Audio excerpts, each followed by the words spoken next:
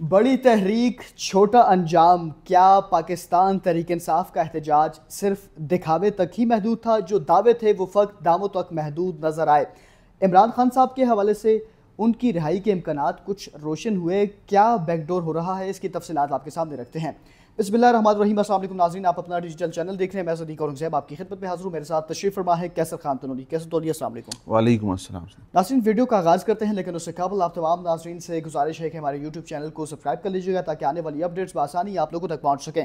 ناظرین، گزشتہ روز آپ نے دیکھا کہ پاکستان تحریک انصاف کا جو 5 اگست کا گزشتہ کئی عرصے سے واویلا مچائے رکھا تھا کہ پاکستان تحریک انصاف کا احتجاج ہوگا، عمران خان صاحب کے حوالے سے حکومت کے اوپر بلڈ کیا جائے گا، پریشر کے ان کو رہا کیا جائے، کچھ معاملات آگے بڑھیں گے، لیکن پاکستان تحریک انصاف کے اندر سے ہی آوازیں اٹھنے لگی اور خود ہی پاکستان تحریک انصاف کے سینئر رہنما، مرکزی رہنما نے اس بات کی تصدیق کر لی کہ پاکستان تحریک انصاف کا گزشتہ روز یعنی کہ 5 اگست کو ہونے والا احتجاج صرف برائے نام ہی تھا، اس میں کوئی عوام کی شرکت نہیں تھی، اور یہ باقاعدہ طور پر ذکر کیا گیا کہ عوام کی عدم شرکت کے حوالے سے پارٹی کے رہنماؤں سے جواب طلب کیا جائے گا اور عمران خان صاحب سے بھی اس معاملے پر بات چیت کی جائے گی۔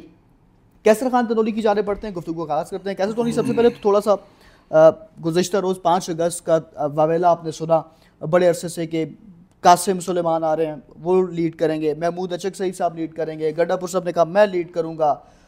عوام کے پی کے اندر سے بھی اس طرح نہیں نکال پائے پاکستان تحریک انصاف کے رہنما، کیا وجوہات رہی؟ بہت شکریہ صدیق۔ دیکھیں، وہ باتیں ہیں جو ہم شاید اس سے پہلے بہت دفعہ کر چکے ہیں، آن ریکارڈ ہیں، کوئی ایسی چیز نہیں ہے جو ڈھکی چھپی ہو۔ شاید کسی کو کوئی ابہام تھا، شاید کسی کو کوئی شک تھا، شاید کسی کو لگتا تھا کہ کوئی احتجاج ہو سکتا ہے، ہمیں بالکل بھی نہیں لگتا تھا۔ ہمیں پتہ تھا کہ نہ کوئی احتجاج ہے، نہ کوئی احتجاجی لیڈر ہیں، نہ کوئی عوام ہے، کیونکہ عوام اس سے پہلے دھوکہ کھا چکی ہے اور ہم کسی بھی قسم کا ان کے احتجاج کے اندر شامل ہونے کو تیار نہیں۔ یہ سب ڈھونگ ہے، سب فراڈ ہے۔ باہر کی قیادت جو ہے ان کے پاس بیچنے کو کچھ نہیں ہے۔ پاکستان تحریک انصاف کے حوالے سے ہم لوگ آپ کو بتا چکے ہیں کہ بہت واضح طور پہ کہ وہ پاکستان تحریک انصاف بانی پی ٹی آئی ہیں، اور بانی پی ٹی آئی جو ہیں وہ پاکستان تحریک انصاف ہیں۔ اس کے علاوہ باہر سب ٹوپی ڈرامہ ہیں، ان کے پاس کچھ بھی نہیں ہے۔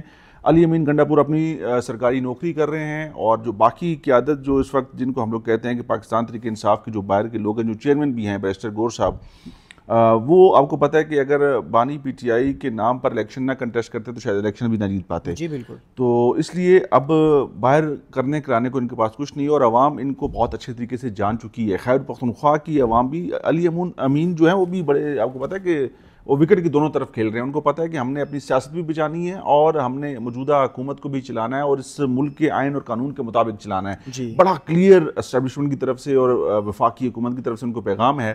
کسی جگہ بھی آپ نے ہینکی پھینکی کی، کسی بھی جگہ پہ آپ نے کوئی اوپر نیچے کی، تو آپ کے اوپر آرٹیکل 6 کی کارروائی ہوگی۔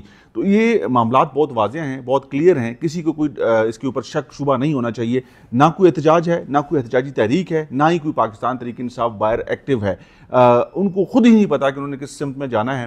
جس شخص کے نام پہ پاکستان تحریک انصاف ہے وہ جیل کے اندر ہے، اور اس کے پاس کچھ کرنے کو نہیں ہے، اس لیے کہ اس کا اختیار نہیں ہے، اس کی ایکسیس نہیں ہے۔ ایکسیس دی ہوئی ہے علی امین گنڈا پور کو، وہ اس لیے کہ وہ اسٹیبلشمنٹ کے ساتھ بات چیت کا ایک واحد راستہ ہے۔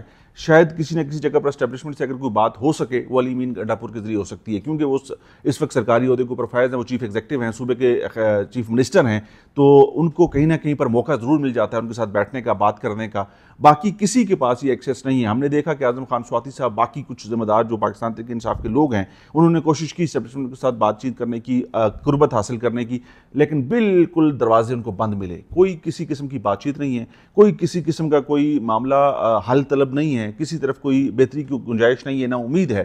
عدالتوں سے معاملات حل ہوں گے، عدالتوں سے معاملات حل ہونا شروع ہو گئے ہیں 9 مئی کے اندر، اور جتنے بھی مقدمات ہیں ان کے اندر فیصلے آنا شروع ہو گئے ہیں۔ جن کے خلاف فیصلے آئیں گے وہ چاہے وہ پارلیمنٹ کے اندر ہیں، جو پارلیمنٹ سے باہر ہیں، ان کو سزائیں بھی ہوں گی اور وہ نااہل بھی ہوں گے، وہ سلسلہ آپ کے سامنے ہے۔ تو اس لیے پاکستان تحریک انصاف مشکل سے مشکل ترین حالات کی طرف بڑھتی جا رہی ہے۔ ان کے پاس کوئی راستہ نہیں ہے، آپشن نہیں ہے، دروازے بند ہیں۔